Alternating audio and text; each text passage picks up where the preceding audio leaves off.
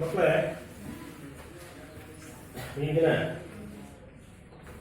9ನೇ ತರಗತಿಯ ಇತಿಹಾಸ ವಿಭಾಗದಲ್ಲಿ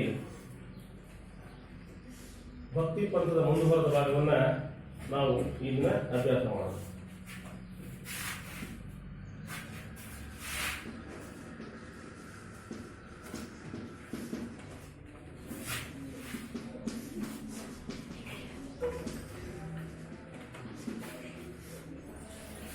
ಮಕ್ಕಳೇ, ಇಲ್ಲಿ ಹಿಂದಿನ ತರಗತಿಯಲ್ಲಿ ಭಕ್ತಿ ಪಂಥದ ಬಗ್ಗೆ ಸಾಕಷ್ಟು ನಾವು ಗುರುನಾನಕರ ಬಗ್ಗೆ, ಕಬೀರರ ಬಗ್ಗೆ, ಆಮೇಲೆ ಚೈತನ್ಯ, ದಯಾನಂದ, ರಾಮದಾಸು, ಮೀರಾಬಾಯಿ, ಈ ಎಲ್ಲರ ವಿಚಾರವಾಗಿ ನಾವು ತಿಳ್ಕೊಂಡಿದ್ವಿ. ಹಾಗಾಗಿ ನಾವು ಸೂಫಿ ಪಂಥ ಸಂತರು, ಶಿಕ್ಷಣಾಧೀಶರ ಬಗ್ಗೆನೂ ಸಹ ನಾವು ಕಳೆದ ತರಗತಿಯಲ್ಲಿ ತಿಳ್ಕೊಂಡಿದ್ದೆ ಮಕ್ಕಳ. ಈಗ ಇದರ ಮುಂದುವರೆದ ಭಾಗವಾಗಿರ್ತಕ್ಕಂಥ ಪುರಂದರ ದಾಸರ ದಾಸ ಸಾಹಿತ್ಯದ ಬಗ್ಗೆ ನಾವು ಇವತ್ತು ತಿಳ್ಕೊಳ್ಳೋದಕ್ಕೆ ಪ್ರಯತ್ನವನ್ನ ಮಾಡೋಣ. ಈ ದಾಸ ಸಾಹಿತ್ಯದಲ್ಲಿ ಪುರಂದರ ದಾಸರು ಅತ್ಯಂತ ಪ್ರಮುಖರಾಗಿರ್ತಕ್ಕಂಥ ಒಬ್ಬ ವ್ಯಕ್ತಿ. ಇವರು ವ್ಯಾಸರಾಯರ ಪ್ರಶಂಸೆಗೆ ಪಾತ್ರರಾಗಿರ್ತಕ್ಕಂಥ ಒಬ್ಬ ಪ್ರಮುಖವಾಗಿರ್ತಕ್ಕಂಥ ವ್ಯಕ್ತಿ. ವ್ಯಾಸರಾಯರು ಅಂತ ಹೇಳ್ತಾರೆ, ದಾಸರೆಂದರೆ ಪುರಂದರ ದಾಸರಯ್ಯ ಅಂತ. ಈ ವ್ಯಕ್ತಿ ಬಗ್ಗೆ ತಿಳ್ಕೊಳ್ಳೋಣ. 1484 ಜನ್ಮ.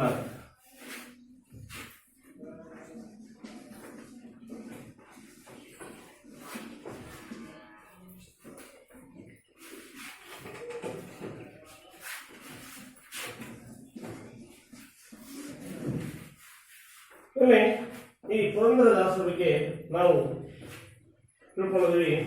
ಈತ ಈ ತಿಳ್ಕೊಳ್ಳೋದಕ್ಕೆ ಮುಂಚೆ ಸಾಕಷ್ಟು ಪ್ರಶಂಸೆಗೆ ಪಾತ್ರನಾಗಿರ್ತಕ್ಕಂಥ ವ್ಯಕ್ತಿಯಾಗಿದ್ದ ಪುರಂದರ ದಾಸರು ವೈಷ್ಣವ ಭಕ್ತಿ ಪಾರಮತ್ಯದ ಹರಿಸಂಕೀರ್ತನಗಳ ಮುಖಾಂತರವಾಗಿ ಕನ್ನಡ ಸಾಹಿತ್ಯದಲ್ಲಿ ಸಾಕಷ್ಟು ಹೆಸರನ್ನು ಮಾಡಿರ್ತಕ್ಕಂಥ ಒಬ್ಬ ವ್ಯಕ್ತಿ. ಕರ್ನಾಟಕ ಸಂಗೀತ ಅಂತಕ್ಕಂಥದಕ್ಕೆ ಮೌಖಿಕ ಕೊಡುಗೆಯನ್ನು ಕೊಟ್ಟು ಕರ್ನಾಟಕ ಸಂಗೀತದ ಪಿತಾಮಹ ಅಂತ ಹೆಸರು ಪಡ್ಕೊಂಡು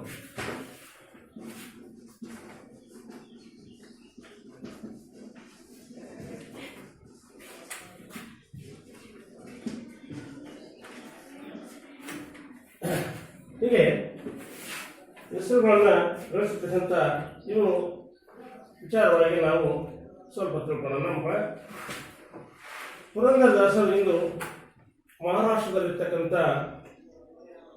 ಪುರಂದರಗಡದ ಹಾಗರೂಪ ಶ್ರೀಮಂತ ಮನಂತರ ಹುಟ್ಟಿರ್ತಕ್ಕಂಥ ಒಬ್ಬ ವ್ಯಕ್ತಿಯಾಗಿದೆ. ಇವರ ಪೂರ್ವಕತೆಯನ್ನ ಕೇಳಿದರೆ ಇವರ ಮೊದಲ ಹೆಸರು ವರದಪ್ಪ ನಾಯಕ ಮತ್ತು ಲಕ್ಷ್ಮೀದೇವಿಯವರ ಇವರ ತಂತ್ರಾಯಿತು.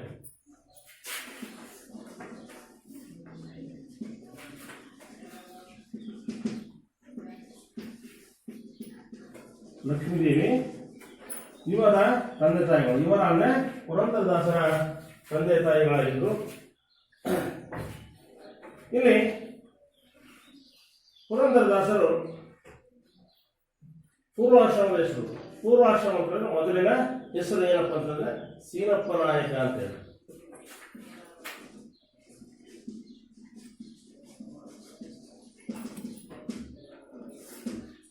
ಇವರು ಮೂಲತಃ ಚಿನ್ನದ ವ್ಯಾಪಾರಿಗಳಾಗಿದ್ದರು.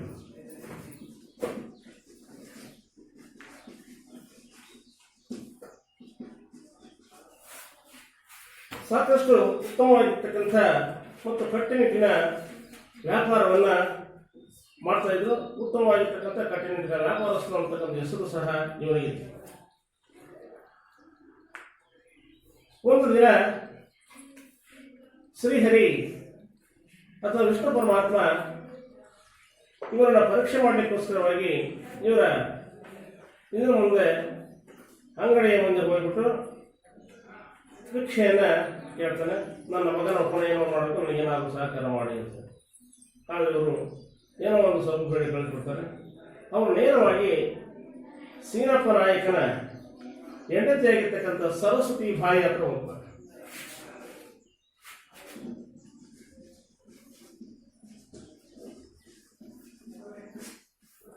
ಸರಸ್ವತಿ ಬಾಯಿ ಹತ್ರ ಹೋದಂಥ ಸಂದರ್ಭದಲ್ಲಿ ಸರಸ್ವತಿ ಬಾಯಿ ಅಂತಕ್ಕಂಥವ್ರು ಸಾಕಷ್ಟು ದೈವಭಕ್ತರಾಗಿರ್ತಕ್ಕಂಥ ಒಬ್ಬ ಹೆಣ್ಣುಮಗಳಾಗಿತ್ತು.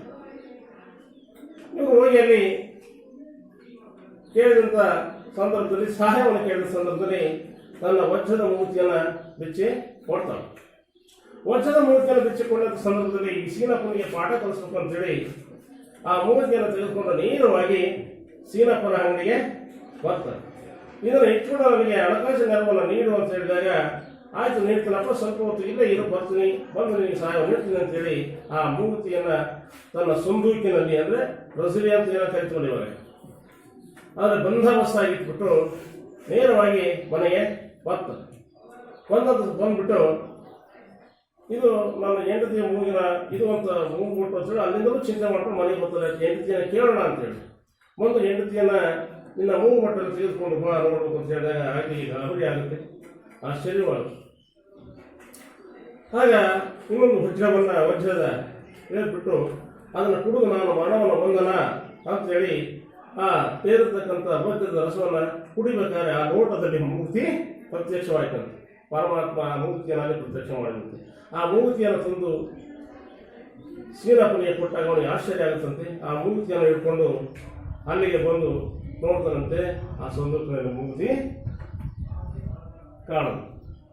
ಹಾಗಾಗಿ ಅವನಿಗೆ ಆಶ್ಚರ್ಯ ಆಗುತ್ತೆ. ಆಶ್ಚರ್ಯ ಆಗಿ ಅವನು ಹೆಂಡತಿಯನ್ನ ಕೇಳಿದಾಗ ಸಕಲವನ್ನು ಆಕೆ ವಿವರಣೆಯನ್ನು ಮಾಡ್ತಾರೆ. ದೈವಭಕ್ತ ಎಂದು ಹಾಗೂ ಇದೆ.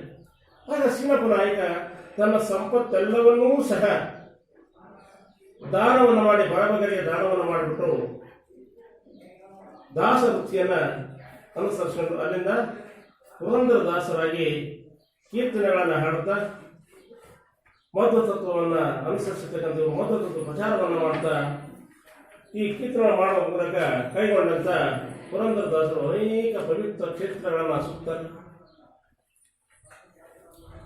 ಹಾಗೂ ತಿರುಪತಿ, ಶ್ರೀರಂಗಪಟ್ಟಣ, ಹರ್ಣಗಿರಿ, ಉಡುಪಿ, ಕಂಚಿ, ಕನಕಾಚಲ, ಕಾಶಿ ಮತ್ತು ಕುಂಭಕೋಣ, ಕೊಡಲಿಪುರ, ಹಸ್ತಿಗಿರಿ, ಕಾಳಹಸ್ತಿ, ಶ್ರೀಶೈಲ, ಗಡಿ ಕಾಚಲ, ಗದಗ, ಪಂಡರಾಪುರ, ಬೇಲೂರು, ಮನ್ನೂರು, ಮಾಳೂರು, ಮೇಲುಕೋಟೆ, ಹಂಪಿ, ಹರಿಹರ ಮುಂತಾದ ಪುಣ್ಯಕ್ಷೇತ್ರಗಳಿಗೆ ಈ ಪುರಂದರದಾಸರು ಭೇಟಿಯನ್ನು ನೀಡ್ತಾರೆ.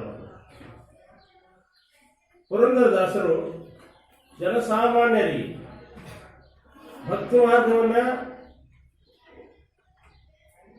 ಬಹಳ ಸರಳವಾಗಿ ತಿಳಿದುಕೊಂಡ ರೀತಿಯಲ್ಲಿ ಬೋಧನೆಯನ್ನು ಮಾಡ್ತಾರೆ.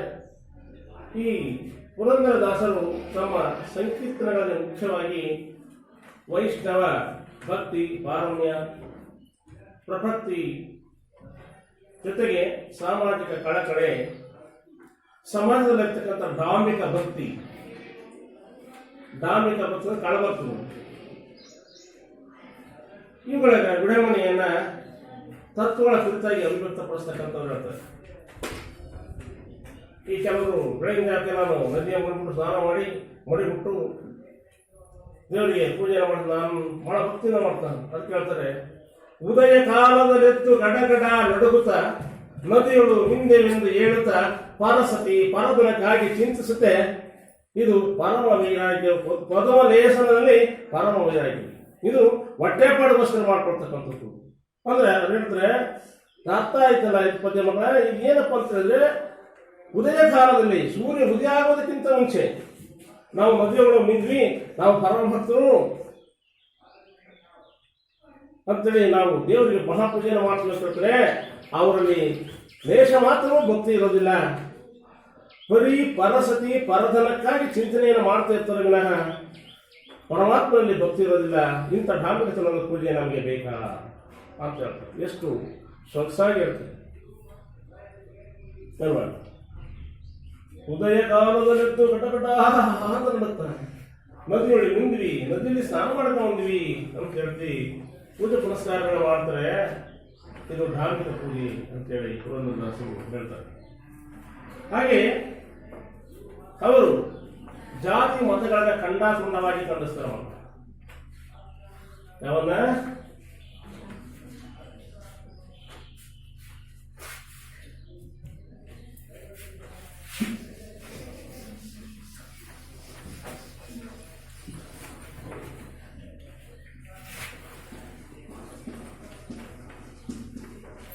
ಇದನ್ನ ಪುರಂದರದಾಸರು ಬಹಳಷ್ಟು ಖಂಡಾಖಂಡವಾಗಿ ಖಂಡಿಸ್ತಾರೆ.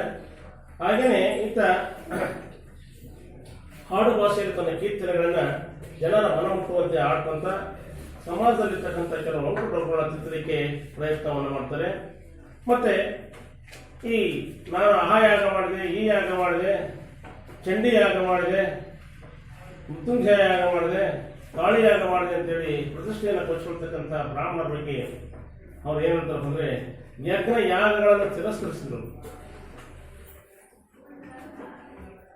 ಹಾಗೇನೆ ಮೂಢ ಆತ್ಮಶೋಧನೆಗೆ ಪ್ರಾಮುಖ್ಯತೆಯನ್ನ ಕೊಟ್ಟು ಮೂಢತನದಿಂದ ನೀವು ಮಾಡಿ ಆತ್ಮವನ್ನ ಶೋಧನೆ ಮಾಡ್ಕೊಳ್ಳಿ ಅಂತೇಳಿ ಹೇಳ್ತಾರೆ. ಅಂತರಂಗ ಶುದ್ಧಿ ಆಗದೆ ಬಹಿರಂಗ ಶುದ್ಧಿ ಆಗಲ್ಲ. ನಾವು ಹೇಳ್ತೀವಿ, ನಾನು ಶಾಂಡ್ ಸೋಪ್ ಭಾಳ ನೈಟ್ ಸ್ನಾನ ಮಾಡ್ತೀವಿ ಒಂದ್ ಕಡೆ, ಭಾಳ ನೈಟ್ ನೋಡೋದು ಎಷ್ಟು ಸ್ವಚ್ಛವಾಗಿ ನಿಂತಿರ್ತದೆ. ಹೊರಗಡೆ ಸ್ವಚ್ಛವಾಗಾದ್ರೆ ಏನು, ಒಳಗಡೆ ಸ್ವಚ್ಛತೆ ಇರ್ಬೇಕು. ಮನಸ್ಸಿನ ತುಂಬ ಕೊಳತನ ತುಂಬಿಕೊಂಡು ಹೊರನೋಟಕ್ಕೆ ಪಳ ಪಳ ಅಂತ ಒಳಗೆ ಏನು ಕುಡಿಯೋದು ಅಂತೇಳಿ ಬಹಿರಂಗ ಶುದ್ಧಿ ವ್ಯರ್ಥ ಅಂತ ಹೇಳಿ ಅಂತರಂಗ ಶುದ್ಧಿ ಆಗಬೇಕು ಅಲ್ವಾ ಮಕ್ಕಳೇ? ಮಾನವ ಮನವ ತೊಳೆಯದೆ ಎಷ್ಟು ನೀಟಾಗಿ ಹೇಳಿದ್ರೆ ಮನವ ತೊಳೆಯುವುದರಿಂದ ಏನು ಪ್ರಯೋಜನ? ಮನ ಅಂದರೆ ನಮಗೆ ಮನಸ್ಸನ್ನು ಸ್ವಚ್ಛವಾಗಿ ತೊಳೆದಿದ್ರೆ ಮನಮೂತ್ರವನ್ನು ತೊಳ್ಕೊಂಡು ನಾವು ನೀಟಾಗಿದ್ರೆ ಹೇಗೆ ಹೀಗೆ ಅಂತ ಏನು ಉಪಯೋಗ ಅಂತೇಳಿ ಕನಕದಾಸರು ಎಷ್ಟೊಂದು ಮಾರ್ಗವಾಗಿ ಹೇಳ್ತಾರೆ. ಆದರೆ ನೀರಿನಲ್ಲಿ ಕುಳಿತು ಧ್ಯಾನ ಮಾಡುವ ಡಾಂಬಿಕರನ್ನ ಬಕಪಕ್ಷಿಗಳಿಗೆ ಕಾಟ್ಪೆ ಮೊಸರುಗಳಿಗೆ ಹೋಲಿಸಿದರು. ನದಿಯಲ್ಲಿ ಕುಳಿತು ಜಪ ಮಾಡ್ತಿರ್ತಾರೆ, ಕೆಲವು ನೀರಿನಲ್ಲಿ ಕುಳಿತು ಜಪ ಮಾಡ್ತಿರ್ತಾರೆ. ಅಂತವನ್ನ ಬಕಪಕ್ಷಿಗಳಿಗೆ ಹೋಲಿಸಿರೋ. ಬಕಪಕ್ಷಿ ಏನ್ ಮಾಡ್ತದೆ? ನೀರಲ್ಲಿ ಕಣ್ಣು ಮುಚ್ಚಿ ನೋಡ್ತಾ ಇರುತ್ತೆ. ಯಾವ ನೀವು ಅದೇ ಕಪ್ಪಂತೇಳಿ ಆ ಮೀನನ್ನ ಬಾಧಿಸಿರುತ್ತೆ. ಈ ಬಕಪಕ್ಷಿಗಳಿಗೆ ಹೋಲಿಸಿದ್ರು ಕನಕದಾಸರು. ನೀರಲ್ಲಿ ಕುಳಿತು ಇದು ಮಾಡ್ತಕ್ಕಂಥವ್ರನ್ನ. ಹಾಗೆ ಮನದಲ್ಲಿ ದೃಢಭಕ್ತಿ ಇಲ್ಲದೆ ಮನಸ್ಸಿನಲ್ಲಿ ದೃಢಭಕ್ತಿ ಇರಬೇಕು. ಅದು ಹಿಂದೆ ಸರ್ವ ನೀರೊಳಗೆ ಹತ್ತುವುದು ವ್ಯರ್ಥ ಅಂತ ಹೇಳಿದ್ರು. ಶರೀರವನ್ನು ನೀರೊಳಗೆ ಹತ್ತಿ ಪ್ರಯೋಜನ ಏನು? ಮನಸ್ಸಿನಲ್ಲಿ ದೃಢಭಕ್ತಿ ಇಲ್ಲ. ಪೂಜೆ ಮಾಡ್ತಿರ್ತಾರೆ, ಕೆಲವು ನೋಡೋದು ಅವ್ರ ಮನಸ್ಸೆಲ್ಲ ಬೇರೆ ಕಡೆಗಿರುತ್ತೆ. ಆ ಪರಮಾತ್ಮ ಬಹಳ ಜನ ಒಂದೊಂದು ತಟ್ಟಿನ ದುಡ್ಡು ಹಾಕಿ ಇನ್ನ ಈ ಭಕ್ತರುಗಳು ಸಹ ಕೆಲವು ಇದ್ದಾರೆ, ಆಟಾಡ್ಬಿಡ್ತಾರೆ, ಉಗ್ಗುದ್ಬಿಡ್ತಾರೆ. ಪರಮಾತ್ಮ ಆ ಹುಡುಗಿ ನಾನು ಹೇಳ್ತಿ ಆಗ್ಬಿಟ್ರೆ ನೀವು 2 ಕಾಯಿ ಓಡಿಸ್ತೀನಿ. ಅವ್ರು ಇನ್ನೂ ಕೆಲವರು ಇದ್ದಾರೆ, ತಾಯಿ ಚೌಡವ್ವ ನಿನಗೆ ಕುರಿ ಕಡಿತೀನಿ, ಕೋಳ ಕಡಿತೀನಿ, ಕೋಳಿ ಕಡಿತೀನಿ, ನನ್ನ ಮಗಳ ಒಳ್ಳೆ ಗಂಡ ಸಿಕ್ಕರೆ ಇವು ಡಾಂಬಿಕ ಚಾರದ ಇಂಥ ಪೂಜೆ ಪುನಸ್ಕಾರಗಳು ಮನಸ್ಸು ಶುದ್ಧಿಯಾಗಿರ್ತಕ್ಕಂಥದ್ದಾಗಬೇಕು. ಹಾಗೆ ಸರ್ವ ನೀರೊಳಗಿರ್ತಕ್ಕಂಥದ್ದು ವ್ಯರ್ಥ ಅಂತೇಳಿ ಪುರಂದರದಾಸರು ಹೇಳ್ತಾರೆ. ಆಮೇಲೆ ಇನ್ನೂ ಒಂದು ಕಡೆ ಈ ಮನುಷ್ಯರನ್ನ ಕುರಿತು ಈ ಮನುಷ್ಯರು ಮಾಡ್ಕೊಳ್ತಕ್ಕಂಥ ಆತ್ಮಹತ್ಯೆಗಳನ್ನ ಕುರಿತು ಹೇಳಿದರೆ, ಈಸಬೇಕು ಇದ್ದು ಜಯಿಸಬೇಕು, ಈಸಬೇಕು ಇದ್ದು ಜಯಿಸಬೇಕು ಅಂತೇಳಿ ಹೇಳ್ತಾ ಮುಂದುವರೆದು ಮಾನವ ಜನ್ಮ ನೋಡುದು ಇದನ್ನ ಹಾಳು ಮಾಡ್ಕೊಳ್ಬೇಡ್ರಿ. ಮಾನವ ಅಂತಕ್ಕಂಥ ಜನ್ಮ ನೋಡು. ಅದೇನೇ ಹೇಳ್ತಾರೆ, ಇನ್ನು ನನಗೆ ಗೊತ್ತು ಅದೆಷ್ಟು ಕೋಟಿ ಜನ್ಮಗಳನ್ನ 109 ಕೋಟಿ ಜನ್ಮಗಳನ್ನು ದಾಟಿ ಮನುಷ್ಯ ಜನ್ಮಕ್ಕೆ ಬಂದಿರ್ತಕ್ಕಂಥದ್ದು. ಇದು ಬಹಳ ಪವಿತ್ರವಾಗಿರ್ತಕ್ಕಂಥ ಜನ್ಮ, ಪವಿತ್ರವಾಗಿರ್ತಕ್ಕಂಥದ್ದು. ಇದನ್ನು ನಾವು ಪರಮಾತ್ಮನಲ್ಲಿ ಶರಣಾಗತಿಯನ್ನು ಹೊಂದಿ ಮಾಡ್ಕೋಬೇಕು ಅಂತ ಕೆಲವರು ಹೇಳ್ತಾರೆ. ಅದಕ್ಕೋಸ್ಕರ ಪುರಂದರದಾಸ ಏನಂತಾರೆ, ಈಸಬೇಕು ಈಸಿ, ಏನೇ ಕಷ್ಟ ಬರಲಿ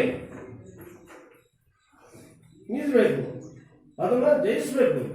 ಅದು ಬಿಟ್ಬಿಟ್ಟು ಅದಕ್ಕೆ ಎದುರುಬಿಟ್ಟು ಆತ್ಮಹತ್ಯೆ ಮಾಡ್ಕೊಳ್ಳೋದು, ಇದು ಓಡೋಗ್ತಕ್ಕಂಥದ್ದನ್ನ ಮಾಡಬಾರ್ದು ಅಂತೇಳಿ ಪುರಂದರದಾಸರು ಹೇಳ್ತಾರೆ. ಪುರಂದರದಾಸರು ತಮ್ಮ ಸಂಕೀರ್ತನೆಗಳಲ್ಲಿ ಮುಖ್ಯವಾಗಿ ವೈಷ್ಣವ ಭಕ್ತಿನ ಒತ್ತಿ ಒತ್ತಿ ಹೇಳ್ತಾರೆ. ಹಾಗೆ ಇವರು ಜೀವನ ತತ್ವಜ್ಞಾನವನ್ನ ಪ್ರತಿಯೊಬ್ಬರಿಗೂ ಸಹ ಅರ್ಥವಾಗುವ ರೀತಿಯಲ್ಲಿ ನೀಡಿ ಪೌರುಷವಾದದನ್ನ ಆಸವಕ್ಕಾಗಿಸಿ ಎಲ್ಲ ಜನಗಳ ಮನಗಳಲ್ಲಿ ಬಿತ್ತಿ ಬೆಳೆಸ್ತಕ್ಕಂಥ ಒಂದು ಕೀರ್ತಿ ಈ ಪುರಂದರದಾಸರಿಗೆ ಸಲ್ಲುತ್ತೆ. ಪುರಂದರದಾಸರ ಒಂದೊಂದು ಕೀರ್ತನೆಯೂ ಸಹ ಮನುಜ ಕುಲಕ್ಕೆ ಅಂದ್ರೆ ಮಾನವ ಕುಲಕ್ಕೆ ಜ್ಞಾನ ದೀವಿಗಳಾಗಿ, ದೀವಿಗೆ ಅಂದ್ರೆ ಬೆಳಕಲ್ಲಿರ್ತಕ್ಕಂಥ ಕೊಂಚು ಅಂತ ಹೇಳ್ತವಲ್ಲ, ಆ ದೀವಿಗಳಾಗಿ ಬದುಕನ್ನು ಸಾರ್ಥಕವನ್ನಾಗಿಸ್ತಕ್ಕಂಥ ಭತ್ತದ ಸೆಲೆಯಾದ ನೀರು ಬರ್ತಕ್ಕಂಥದ್ದು ಸದಾಕಾಲ ಯಾವಾಗಲೂ ಅದು ಒಣಗದೆ ಬರ್ತದೆ, ನೀರು ಬರ್ತಕ್ಕಂಥದ್ದು ಭತ್ತದ ಸೆಲೆಯಾಗಿ ಅವರು ಇದ್ರು. ಅಂದ್ರೆ ಭತ್ತದ ಸೆಲೆಯಾಗಿ ಜ್ಞಾನದ ಸೆಲೆಯನ್ನ ಮಾನವರಿಗೆ ಗುಣಪಡಿಸ್ತಕ್ಕಂಥ ಕಾರ್ಯವನ್ನು ಮಾಡಿದರು.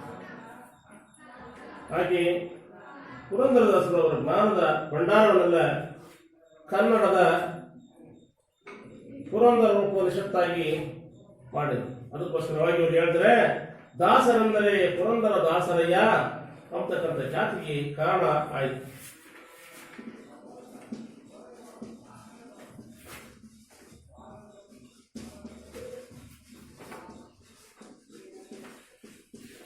ದಾಸರೆಂದರೆ ಪುರಂದರ ದಾಸರಯ್ಯ ಅಂತೇಳಿ ಬಹಳ ಸುಲಭವಾಗಿ ಈ ಕೀರ್ತಿಯನ್ನ ಬರ್ತದೆ. ಈ ಕೀರ್ತಿಯನ್ನ ವ್ಯಾಸರಾಯರವರಿಗೆ ಕೊಡ್ತಕ್ಕಂಥದ್ದು ಆಗಿದೆ. ಇನ್ನು ಎರಡನೆಯದಾಗಿ ನಾವು ಕನಕ ದಾಸರ ಸಾಹಿತ್ಯಕ್ಕೆ ಪಾದಾರ್ಪಣೆಯನ್ನ ಮಾಡೋಣ. ಇದಿಷ್ಟು ಪುರಂದರದಾಸರಾದ್ರೆ ಕನಕದಾಸರು ಏನು, ಅವರು ಯಾವ ರೀತಿ ಸಮಾಜವನ್ನ ತಿದ್ದಲಿಕ್ಕೆ ಪ್ರಯತ್ನವನ್ನ ಪಟ್ಟರು ಅಂತಕ್ಕಂಥ ವಿಚಾರವನ್ನ ನಾವು ಈಗ ತಿಳ್ಕೊಳ್ಳೋಣ.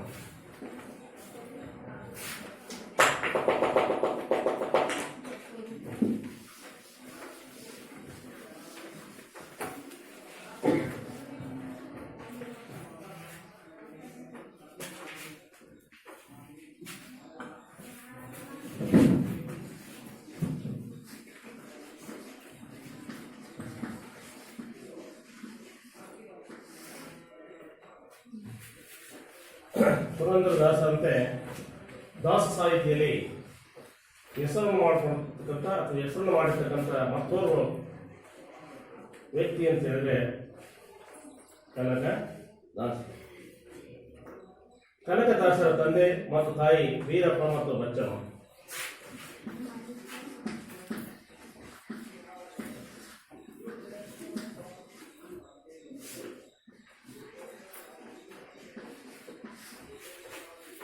ಈ ವೀರಪ್ಪ ಮತ್ತು ಬಚ್ಚಮ್ಮರ ಮಗನಾಗಿ ಈ ಕನಕದಾಸರ ಜನ್ಮವನ್ನು ತಾಳಿದ್ರೆ ಇವರು ಮೂಲತಃ ವೈಷ್ಣವ ಅನುಯಾಯಿಗಳು, ಅಂದರೆ ಶ್ರೀಕೃಷ್ಣ ಅಥವಾ ಕೃಷ್ಣ ಪರಮಾತ್ಮನ ಅನುಯಾಯಿಗಳಾಗಿದ್ದರು.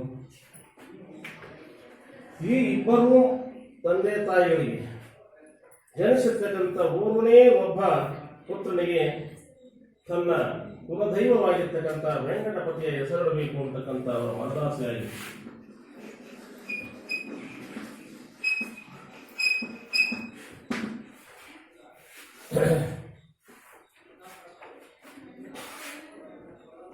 ಹಾಗಾಗಿ ಈ ಕನಕದಾಸರಿಗೆ ತಿಮ್ಮಪ್ಪ ಅಂತಕ್ಕಂಥ ನಾಮಕರಣವನ್ನ ಮಾಡ್ತಾರೆ. ಒಮ್ಮೆ ತಿಮ್ಮಪ್ಪನಿಗೆ ಭೂಗತವಾಗಿರ್ತಕ್ಕಂಥ ಭೂಮಿಯಲ್ಲಿ ಇರ್ತಕ್ಕಂಥ ಅಪಾರ ಧನರಾಶಿ, ಅಂದ್ರೆ ಕನಕ ಅಂದ್ರೆ ಬಂಗಾರ, ಅಪಾರವಾಗಿರ್ತಕ್ಕಂಥ ಬಂಗಾರದ ರಾಶಿ ಅವರಿಗೆ ಸಿಕ್ತಂತೆ. ಅದನ್ನು ನೋಡಿ ಅದೃಷ್ಟವಂತ ಅಂತೇಳಿ ಜನ ಅವರನ್ನ ಕರೆದರು. ಕನಕ ಅಂತ ಕರೆಯೋದಕ್ಕೆ ಬಂಗಾರ ಈ ಕನಕ ತನಗೆ ಸಿಕ್ಕಿರ್ತಕ್ಕಂಥ ಅಪಾರವಾಗಿರ್ತಕ್ಕಂಥ ಬಂಗಾರವನ್ನ ತಾನು ಬಳಸ್ಕೊಂಡಿಲ್ಲ. ಈ ದುರ್ವಿನಿಯೋಗವನ್ನು ಮಾಡದೆ ಹೋಗಿ ನೆಲೆ ಅಂತಕ್ಕಂಥ ಒಂದು ಜಾಗದಲ್ಲಿ ಈತ ಪ್ರಸಿದ್ಧವಾಗಿರ್ತಕ್ಕಂಥ ಆದಿಕೇಶವ ದೇವಾಲಯವನ್ನ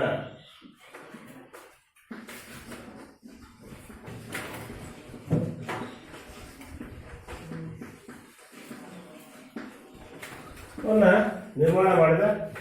ಹಾಗೆ ಸ್ವಲ್ಪ ಬಡಬಗರಿಗೂ ಸಹ ದಾನ ಧರ್ಮವನ್ನು ಮಾಡಿದ. ಈ ರೀತಿ ಕನಕ ರಾಶಿಯನ್ನ ಹೊಂದಿರ್ತಕ್ಕಂಥ ಇವನಿಗೆ ಕನಕ ಅಂತ ಹೇಳ್ತಾರೆ. ಮುಂದೆ ಈ ತಿಮ್ಮಪ್ಪನಿಗೆ ದಾಸನಾಗಿ,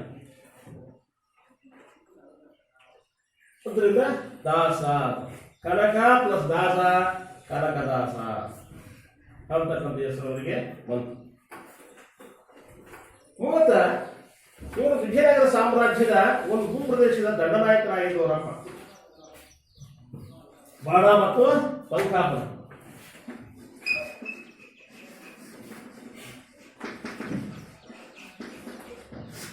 ಈ ಪ್ರದೇಶದ ದಂಡನಾಯಕರಾಗಿದ್ದರು.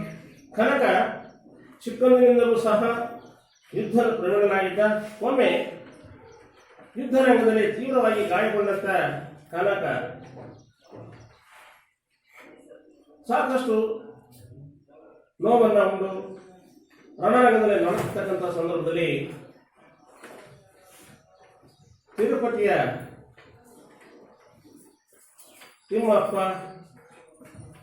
ಇವನ ಹತ್ತು ಪ್ರತ್ಯಕ್ಷನಾಗಿ, ನೀನು ನನ್ನ ದಾಸನಾದರೆ ಈ ನಿನ್ನ ನೋವಿಗೆ ಪರಿಹಾರವನ್ನ ಕೊಡ್ತೀನಿ ಅಂತ ಹೇಳಿದಾಗ ದಾಸ ಅವನು ಒಪ್ಕೊಂಡಿಲ್ಲ. ಆದ್ರೆ ಈಗಿಲ್ಲದೆ ಒಪ್ಕೊಳ್ತಾನೆ. ಅಂದಿನಿಂದ ಕನಕ ದಾಸರಾಜ. ಕನಕ ದಾಸರಾಜ ಮೊದಲನೇ ಹೆಸರು ತಿಮ್ಮಪ್ಪ. ಬಂಗಾರ ಸಿಕ್ಕಿದ್ರಿಂದ ಅದನ್ನ ದೇವರು ಮತ್ತು ಬಡವರಿಗೆ ಅರ್ಪಣೆ ಮಾಡಿದ ಕನಕನಾದ. ಮುಂದೆ ರಣರಂಗದಲ್ಲಿ ಹೋರಾಡ್ತಕ್ಕಂಥ ಸಂದರ್ಭದಲ್ಲಿ ಅಪಾರವಾಗಿರ್ತಕ್ಕಂಥ ಗಾಯಗಳಿಂದ ರಣರಂಗದಲ್ಲಿ ನೋವನ್ನು ಉಂಟಕ್ಕಂಥ ಸಂದರ್ಭದಲ್ಲಿ ದೇವರ ಪ್ರೇರಣೆಯಿಂದ ದಾಸನಾದ. ಹೀಗೆ ಕನಕ ದಾಸನಾದ, ತಿಮ್ಮಪ್ಪ ಕನಕದಾಸನಾದ. ಹಾಗಾಗಿ ಒಟ್ಟಾರೆ ಬದುಕಿನ ಅನಿಶ್ಚಿತೆಯ ಬಗೆಗೆ ಜಿಗುಪ್ಸೆಯನ್ನು ತಾಳಿದರು. ಜೀವನವೇ ಇಷ್ಟೇ ಅಂತೇಳಿ ಜಿಗುಪ್ಸೆಯನ್ನು ತಳಬಿಟ್ಟು ಲೌಕಿಕ ಸುಖವನ್ನು ತ್ಯಜಿಸಿದರು. ಲೌಕಿಕ ಸುಖ ಅಂದ್ರೆ ನಾನು, ನಂದು, ಮನೆ, ಮಠ, ಆಸ್ತಿ, ಗಂಡ, ಹೆಂಡತಿ, ಮಕ್ಕಳು, ಇದನ್ನೆಲ್ಲವನ್ನ ಸಾಮಾಜಿಕವಾಗಿ ಮನುಷ್ಯ ಏನು ಬದುಕ್ತಾನೆ ಇವನ್ನೆಲ್ಲ ಒಳಗೊಂಡಿದ್ದನ್ನ ಲೌಕಿಕ ಅಂತೇಳಿ ನಿಮಗೆ ಲೌಕಿಕ ಜೀವನವನ್ನ ಅಥವಾ ಸುಖವನ್ನ ತ್ಯಜಿಸಿದರು ಕನಕದಾಸ. ಹಾಗೆ ದಾಸ ಮಾರ್ಗವನ್ನ ಅನುಸರಿಸಿ, ಯಾವ ಮಾರ್ಗವನ್ನ? ದಾಸ ಮಾರ್ಗವನ್ನು ಅನುಸರಿಸಿದ್ರು ಕನಕದಾಸ. ಅನುಸರಿಸಿಬಿಟ್ಟು ಸಮಾಜದ ಅಂಕುಟಂಕುಗಳನ್ನು ತಿದ್ದಲಿಕ್ಕೆ ಪ್ರಯತ್ನವನ್ನು ಪಟ್ಟರು. ಹಾಗೆ ಈ ಕನಕದಾಸರು ಒಬ್ಬ ಭಕ್ತಿ ಸಂತರಾಗಿ ಹಿಂದಿನ ಕಾಲದಲ್ಲಿ ಇರ್ತಕ್ಕಂಥ ಅಥವಾ ಸಮಾಜದಲ್ಲಿ ಇದ್ದಂಥ ಮೇಲು ಕೀಳು ಜಾತೀಯತೆ ಅಂತಕ್ಕಂಥದನ್ನ, ಉಚ್ಚ ನೀತಿ ಅಂತಕ್ಕಂಥದನ್ನ,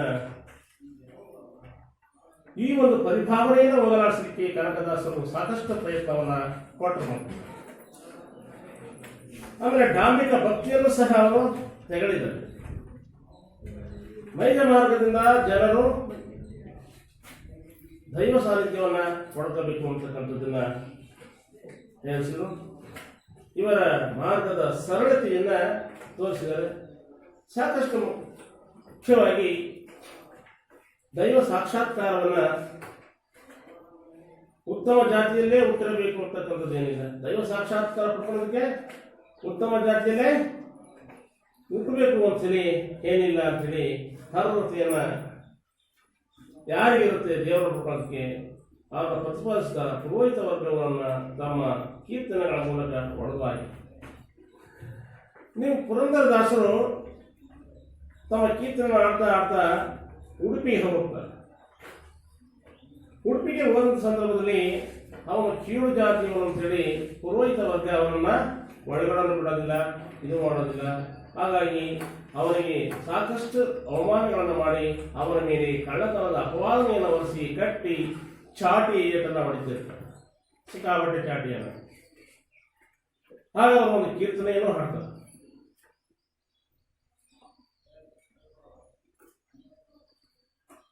ಆ ಕೀರ್ತನೆ ನನಗೆ ಮಹತ್ವವಾಗಿದೆ. ಮತ್ತೆ ಒಂದು ಪದ್ಯ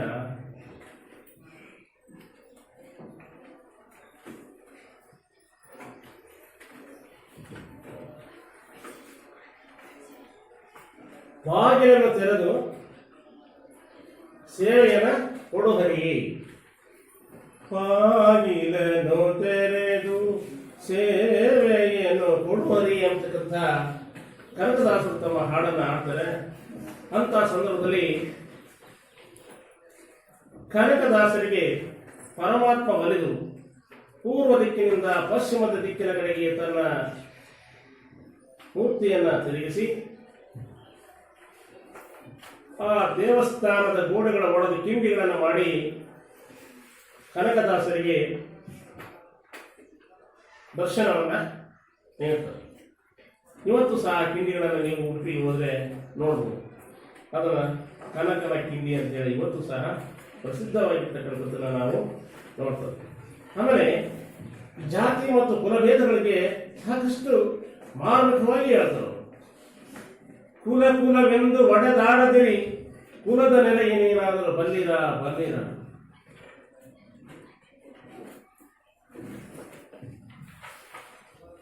ಕುಲದಲ್ಲಿ ಯಾರಿಗೆ ಗೊತ್ತಿಲ್ಲ. ಕೆಸರೋಳ್ ಹುಟ್ಟುವ ತಾವರೆಯ ತಂದು ವೃಜನರು ಕೇಶವರಿಗೆ ಅರ್ಪಿಸಲಿಲ್ಲ. ತಾವರೆ ಬೆಳೆಯದಲ್ಲಿ ಪಚ್ಚೆನ್ ಬೆಳೆಯಿತು, ಕೆಸರೇ ಬೆಳೆಯಿತು. ಆ ಒಂದು ತಾವರೆಯನ್ನು ತಂದು ವೃಜನರು ಅಂದರೆ ಬ್ರಾಹ್ಮಣರು, ಪುರೋಹಿತರು, ಕೇಶವ ಅಂದರೆ ಪರಮಾತ್ಮನಿಗೆ, ಶ್ರೀಕೃಷ್ಣ ಪರಮಾತ್ಮನಿಗೆ ಅಥವಾ ಕೃಷ್ಣ ಪರಮಾತ್ಮನಿಗೆ ಅರ್ಪಿಸಲಿಲ್ಲ. ಕೆಚ್ಚಳೋಳು ಉದಯಿಸುವ ಕ್ಷೀರಮ ತಂದು ಕೇಶವನಿಗೆ ನಾವು ಕುಡಿಯುವುದಿಲ್ಲ. ಕೆಚ್ಚಲೋಳು ಉದಯಿಸಿದ ಕ್ಷೀರ ಅಂದ್ರೇನು? ಹಾಲು. ಕೆಚ್ಚಲೋಳು ಏನಂತ ಆಗಿರುತ್ತ ರಕ್ತ ಮಾಂಸಗಳಿಂದ ತುಂಬಿಕೊಂಡಿರ್ತಕ್ಕಂಥ ಅವು ಪರಿವರ್ತನೆಯನ್ನು ಹೊಂದಿ ಹಾಲಾಗ್ತದೆ. ಆ ಹಾಲನ್ನು ದೇವರಿಗೆ ಅರ್ಪಿಸಲಿಲ್ಲ.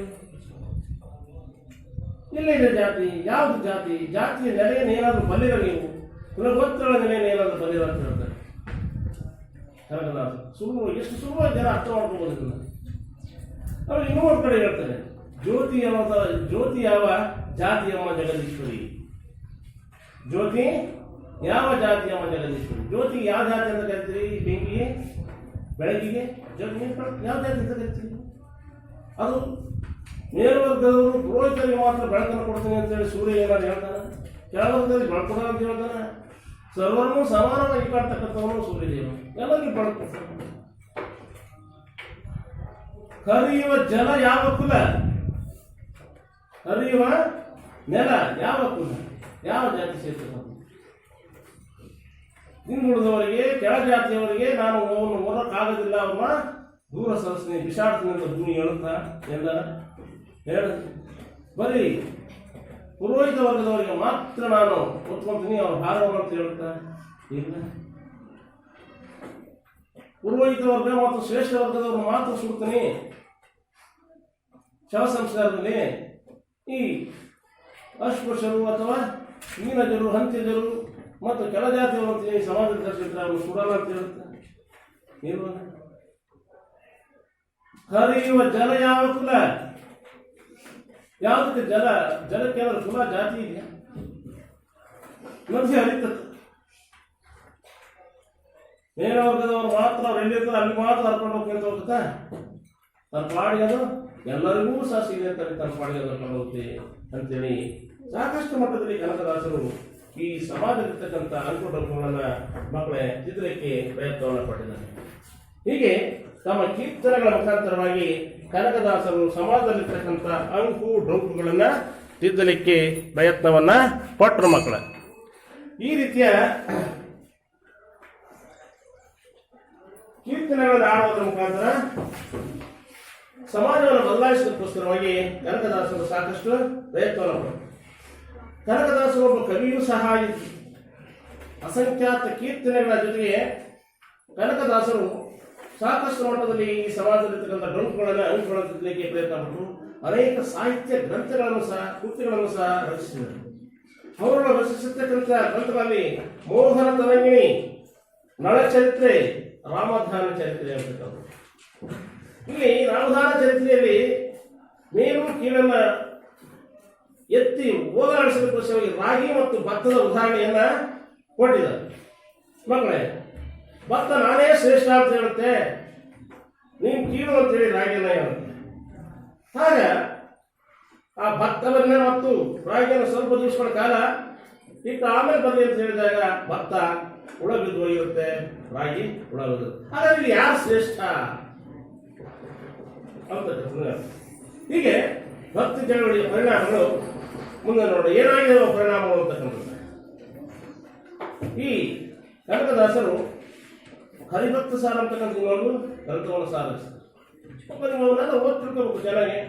ಚಳವಳಿಯ ಪರಿಣಾಮಗಳೇನು, ಹಿಂದೂಗಳು ಮತ್ತು ಮುಸ್ಲಿಂ ಸಮುದಾಯಗಳಲ್ಲಿದ್ದಂಥ ಮೌಢ್ಯಾಚಾರಗಳನ್ನ ಅರ್ಥಹೀನತೆಯನ್ನು ಸಾರುವುದು, ಹಿಂದೂ ಮತ್ತು ಮುಸ್ಲಿಮರಲ್ಲಿರ್ತಕ್ಕಂಥ ಮಧುರ ಬಾಂಧವ್ಯವನ್ನು ಉಂಟು ಮಾಡತಕ್ಕಂಥದ್ದು ಈ ಭಕ್ತಿ ಪಂಥದ ಒಂದು ಮುಖ್ಯವಾಗಿರ್ತಕ್ಕಂಥ ಉದ್ದೇಶವಾಗಿತ್ತು. ಮಕ್ಕಳೇ, ಹಿಂದೂ ಸಮಾಜದಲ್ಲಿ ಅನೇಕ ನ್ಯೂನತೆಗಳನ್ನ ಸುಧಾರಕ ನಿವಾರಣೆಯನ್ನು ಮಾಡಿದೆ.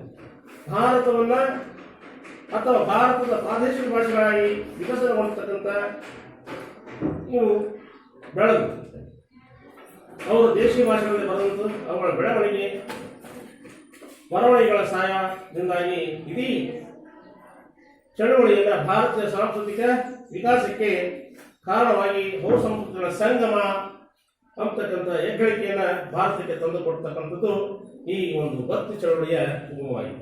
ಮಕ್ಕಳ ಒಂದಿಷ್ಟು ಹೋಮ್ವರ್ಕ್ ಮತ್ತು ನೀವು ಗುಣಪಾಠ ಅಂತ ಹೇಳ್ತಿರಲ್ಲ ಅದನ್ನು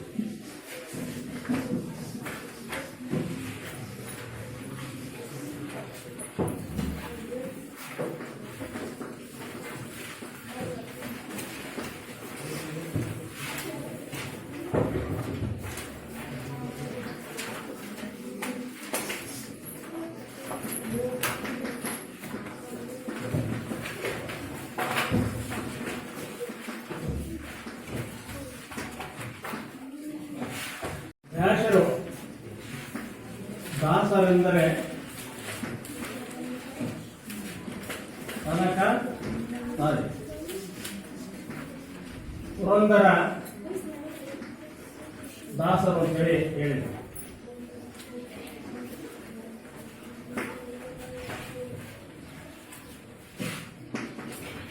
ಎರಡು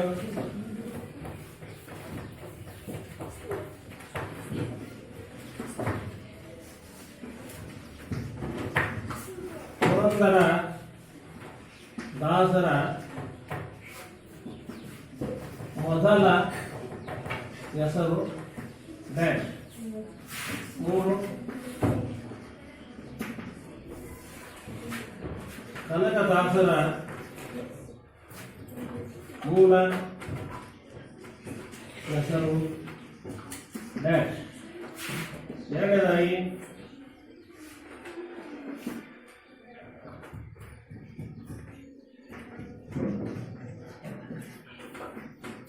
ಪುರಂದರ ದಾಸರ ಕೀರ್ತನೆಗಳನ್ನು ಸಂಗ್ರಹಿಸಿ.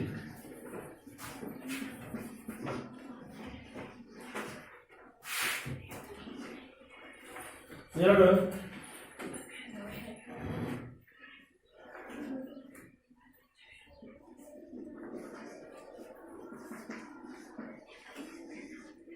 ಕನಕದಾಸರು ಯಾವ ರೀತಿ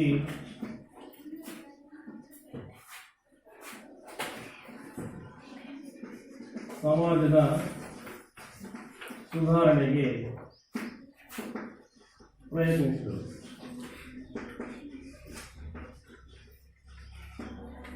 ಮೂರು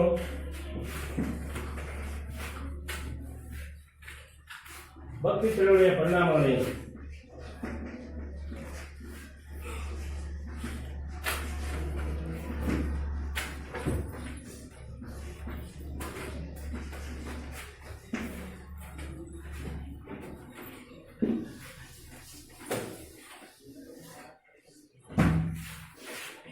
ಚಟುವಟಿಕೆ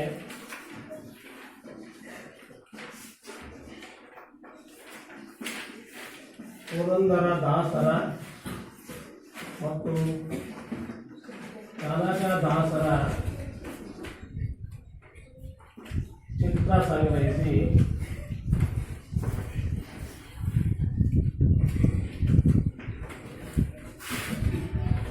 ಅವರ ಬಗ್ಗೆ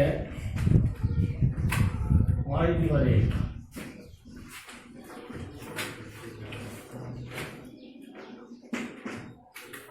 ಇಷ್ಟನ್ನ ನಿಮ್ಮ ಹೋಮ್ವರ್ಕಲ್ಲಿ ನೋಡ್ಕೊಂಬತ್ತೆ. ಮುಂದಿನ ತರಗತಿಯಲ್ಲಿ ಮುಂದಿನ ಅಭ್ಯಾಸವನ್ನು ನೋಡೋಣ.